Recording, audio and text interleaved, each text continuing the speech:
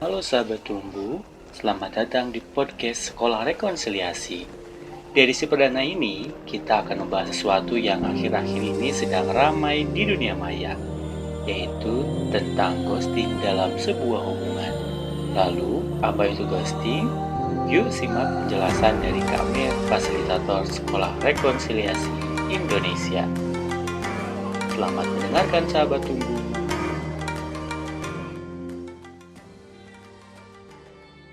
Halo sahabat tumbuh, kali ini bertemu dengan saya Rini Meir, fasilitator Sekolah Rekonsiliasi. Pernahkah sahabat tumbuh merasa digostingin seseorang? Rasanya masih ada, tapi raganya sudah tidak ada lagi bersama kita.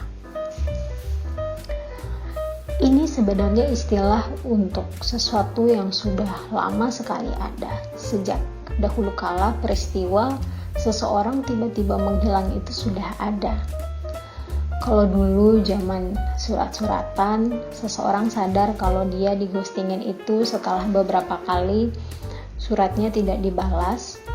Sekarang dalam hitungan minggu atau hari saja sudah ketahuan orang yang sedang ngeghostingin kita karena chat kita tidak dibalas ternyata sedang asyik bersosial media di lapak sebelah.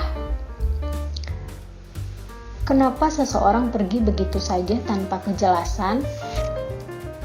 Ada beberapa hal yang bisa kita belajar hari ini. Pertama, tidak tahu atau tidak mampu bilang tidak. Orang yang suka nggak enakan paling rentan nih melakukan hal ini. Kita tidak tahu bagaimana menolak dengan sopan, menyudahi sebuah hubungan dengan baik, atau menyampaikan ketidaknyamanan kita dalam suatu hubungan.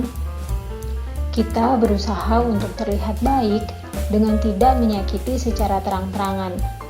Namun, sebenarnya ketika kita tiba-tiba menghilang, kita sedang menjadi seseorang yang paling tega karena akan menimbulkan tanda tanya pada orang yang kita tinggalkan. Orang tersebut dapat memiliki pandangan yang buruk tentang dirinya dan mengira dia yang menyebabkan semua ini terjadi. Kalau sahabat tumbuh adalah salah satu korban dighostingin, kalaupun memang ada bagian sahabat tumbuh yang salah, jangan semua disalahkan pada diri sendiri ya. Dalam hubungan, masing-masing punya peran agar sebuah hubungan berjalan baik. Kalau hubungan itu harus berakhir, bisa jadi memang keduanya punya salah dan tidak bisa melanjutkan hubungan itu lagi. Ingat, kalau terluka karena dighostingin, ambil waktu mengenal diri. Jangan melompat ke hubungan baru lainnya ya. Berikutnya, bisa jadi seseorang sudah berani bilang tidak, tapi memang tidak mau lagi menjalani hubungan, sehingga dia melakukan ghosting. Bisa jadi ketika sudah berusaha menyudahi hubungan, tapi pihak lainnya tidak setuju, kita terpaksa menghilang. Kita perlu mengingat, sebelum memulai sebuah hubungan, tentunya ada persetujuan dari kedua belah pihak, bukan? Maka untuk mengakhiri pun, tentunya harus ada persetujuan dari kedua belah pihak. Tapi saya memang sudah tidak cinta lagi, kenapa saya harus bertahan? Mungkin sahabat tumbuh bertanya seperti itu.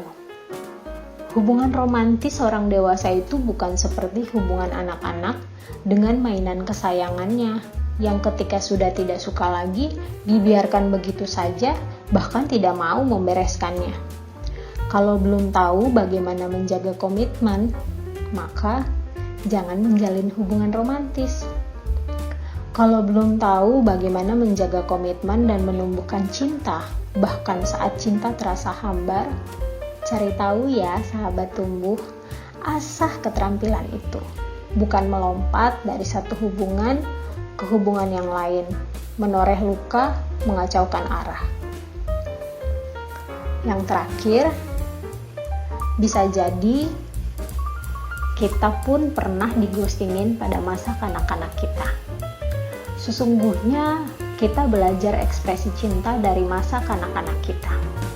Jika kita sering ditinggal orang tua kerja sampai berhari-hari, sering dicuekin di rumah, raganya ada tapi rasanya nggak ada, maka bisa jadi kita belajar bahwa meninggalkan orang yang dicintai itu tidak apa-apa.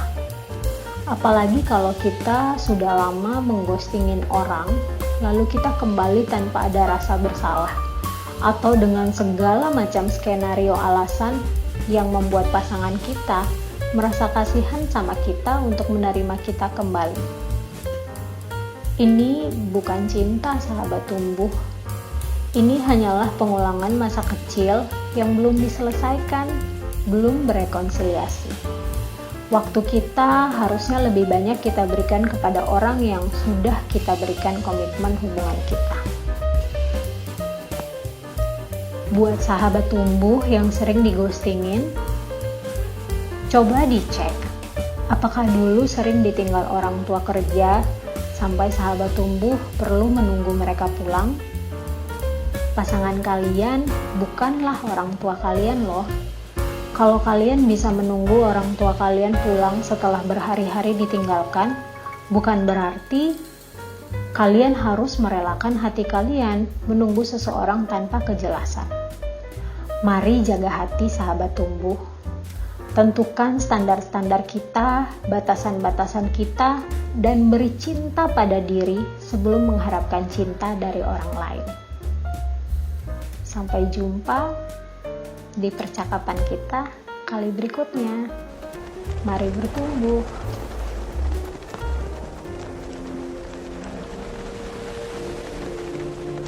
Terima kasih sudah mendengarkan podcast ini.